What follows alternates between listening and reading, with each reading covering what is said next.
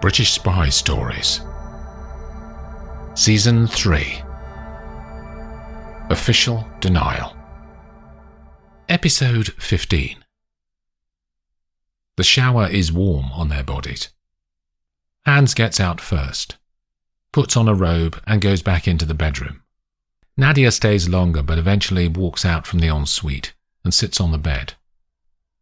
"I need breakfast," she says, and rings for room service. She pulls on her underwear and the dress she was wearing last night, when they had met for dinner in the hotel restaurant. Nadya knew that they wouldn't be seen. Even though Taras has people who work for him all over the city, this hotel isn't the sort of place that his people inhabit. The breakfast arrives and they both attack the tray. "You can't be that frightened of your husband," says Hans, "or we wouldn't be here." "He trusts me." "You still want him dead, though." "It's for my protection. I'm not doing it because I'm some mad killer." She pours a second coffee from the jug in front of her. "Tell me about that guy at your party," says Hans. "The driver. Victor, isn't it?" Taras needed a driver. The guy was available. "I can't see what Elena sees in him, though," says Nadya. "She could have anyone." "What do you know about her?" "Nothing, really. They met in Kiev. They worked together." "And she followed him halfway across Europe," says Hans. "Why are you so interested in them, anyway?" "Background on my target. If the guy drives for Taras, then I need to take him into account when we set up the job." "Taras said that Victor is handy with a gun. Like he said at the party, Victor saved his life," she says. "Do you know what happened?" "Not really. I try to not know too much about his work. It makes my stomach turn. Taras tried to show me the video, but I wasn't interested." "What video?" "He always has a video recording in his car, just in case stuff happens," she says. "I'll be interested to see that," says Hans, "so I can see what I'm up against if Victor is there when we do the kill." She nods and drinks more coffee. "Taras is successful, isn't he? He's good at his business," says Hans. "I can see your clothes aren't cheap." "I'm not some kept woman." "No?" He looks at her. Nadya screws up her face as her emotion rises. "Is this how you treat your women you screw, Dan? Suddenly Mr. Nice Guy changes into Mr. Bastard?" He gets up and walks around to her, then sits down next to her on the bed. "I didn't mean it. What's wrong with being a kept woman anyway? I'd love to be a kept man. When it's all over, you can go and work and I'll stay at home." She play punches him on the shoulder, and they laugh and lie back down together in the bed. Nadya snuggles into his body heat and closes her eyes. Hans watches the sky at the top of the window and thinks about the other women MI6 asked him to sleep with over the last 5 years. 2 of them had died. But now, he's starting to hope that the same thing doesn't happen to Nadya. One of Maxim's favourite places to meet the spies that he runs is the Cinquecento Pizzeria on Cale Street. It sits at the junction of 4 roads. There is little traffic here, and the area reminds him of the villages he used to live in when he was a young man, and was posted to minor Russian consulates across Europe. He also loves October in London. The air has started to have a crisp edge to it, and the clouds have started to fatten up for autumnal rain showers. He arrives at the restaurant early, and, despite the time of year, chooses a seat outside, in the little area that was created for lockdown, and never moved. Maxim orders red wine because he feels as though he needs it, and the waiter shows him how to operate the overhead heater, in case the day gets colder. Only a handful of the Russians he has worked with closely over the years have ended up meaning anything to him. In a life where he has had to remain aloof, when he does meet people he likes, he tries to cling on to the friendship.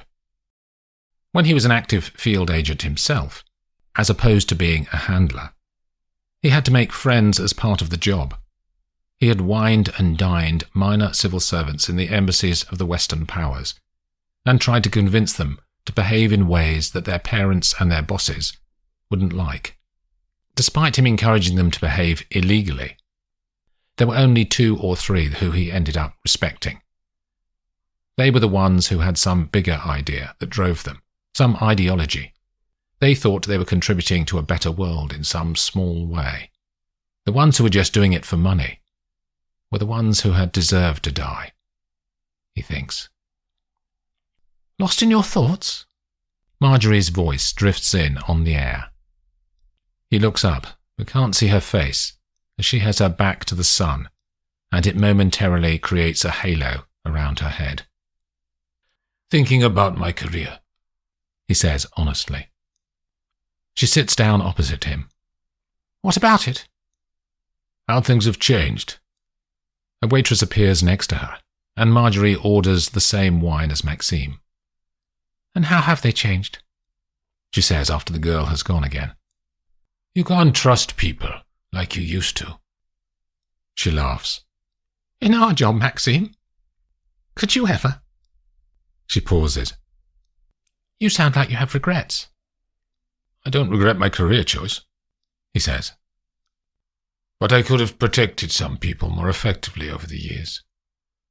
There were civilians who got mixed up in the operations, and they ended up paying the price. Not everyone is as they seem, Maxime. There are very few entirely innocent people, particularly in our line of work. The waitress reappears with the wine, and they both order focaccia al formaggio and vegetarian arancinetti. My father was killed, like yours, he says, out of the blue. Marjorie looks at him as she drinks from her glass. Why did you say that? Something we have in common. How did he die? She says. KGB. When I was a boy. I'm sorry, she says. What had he done? Nothing. Just mixed up with the wrong people. The unapproved people. They both take a bite of their starter. Did you get any reaction from Moscow on the information I gave you? She says.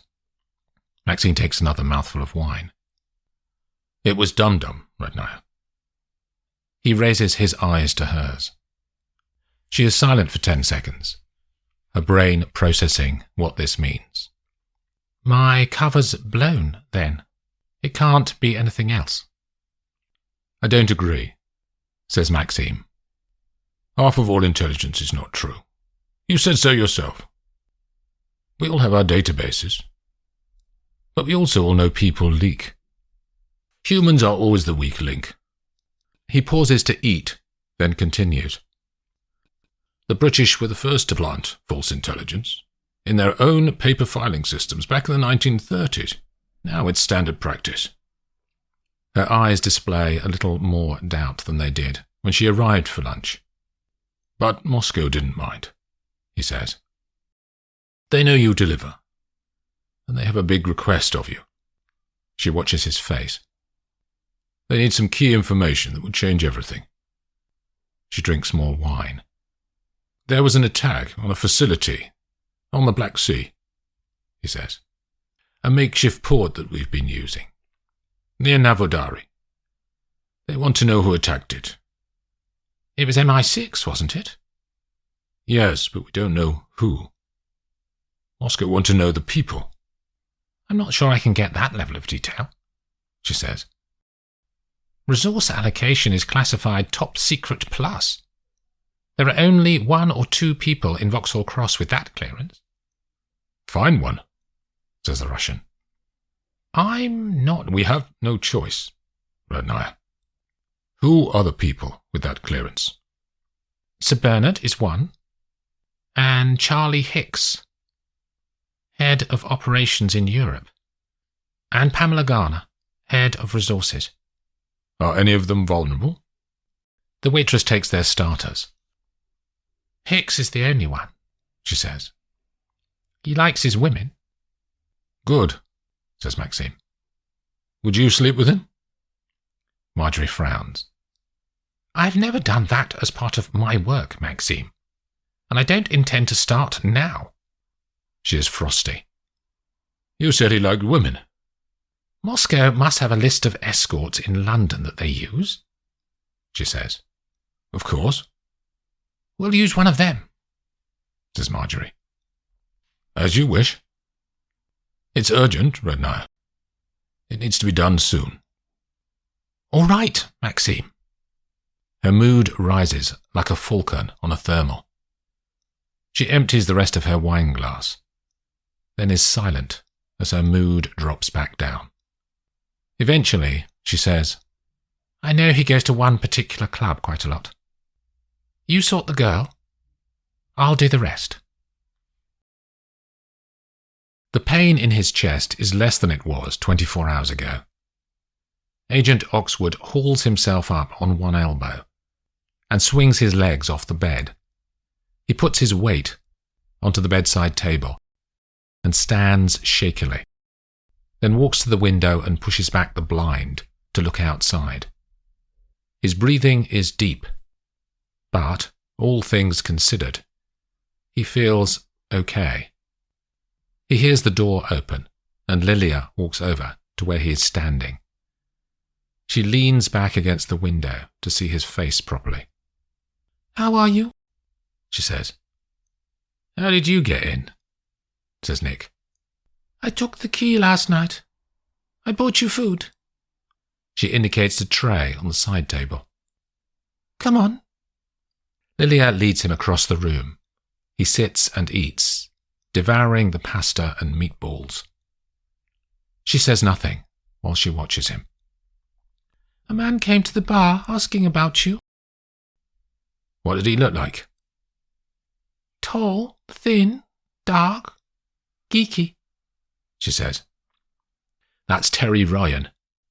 He said he works with you, and they were worried that you didn't go into work. What did you say? I said I hadn't seen you. Oxwood smiles at her.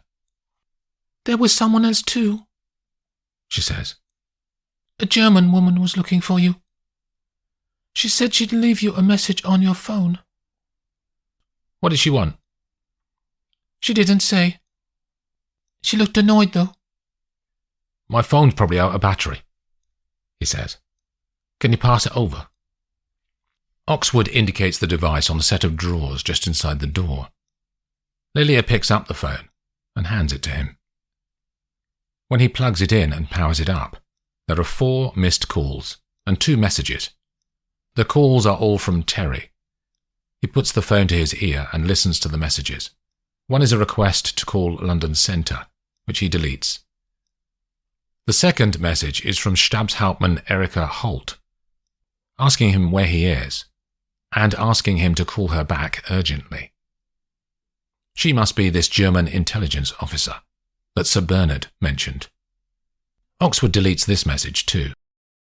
He's in no mood to grapple with EU politics just yet. Drink this water, says Lilia. You'll be dehydrated. He does as he's told, looking at her face as he does so. Tell me about you, he says. Were you born here? I've lived in Budapest all my life. What do your parents do? He's a fireman. She's a manager in a shoe factory, she says. They wanted me to go to university and have a better life than them.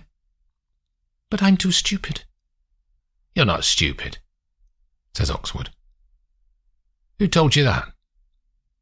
Teachers. They were wrong. Maybe, she says. You got siblings? Sister, younger, prettier. Is that possible? He says, smiling at her, and she blushes. They like her better than me. She's at university. In London. King something. It's just a different path, Lilia. Not the only route to success. It's the first time he's used her name. You're very kind to me, she says. Don't you have things you want to do in your life? He says. Travel, you know. All the usual. White beaches, weird street food, too much vodka, making bad choices about men. He laughs gently. It sounds fun, he says. You'll have a great life. Not many people have said that to me. Then more people should have said it. He takes a breath out. Can you do something for me? He says. She looks at him expectantly. I need some documents collected. Where from? I put them in a locker at the railway station, says Nick. There's a key here in my wallet. He fishes it out and hands the key to her. Locker number 15. I'll go on my day off, she says.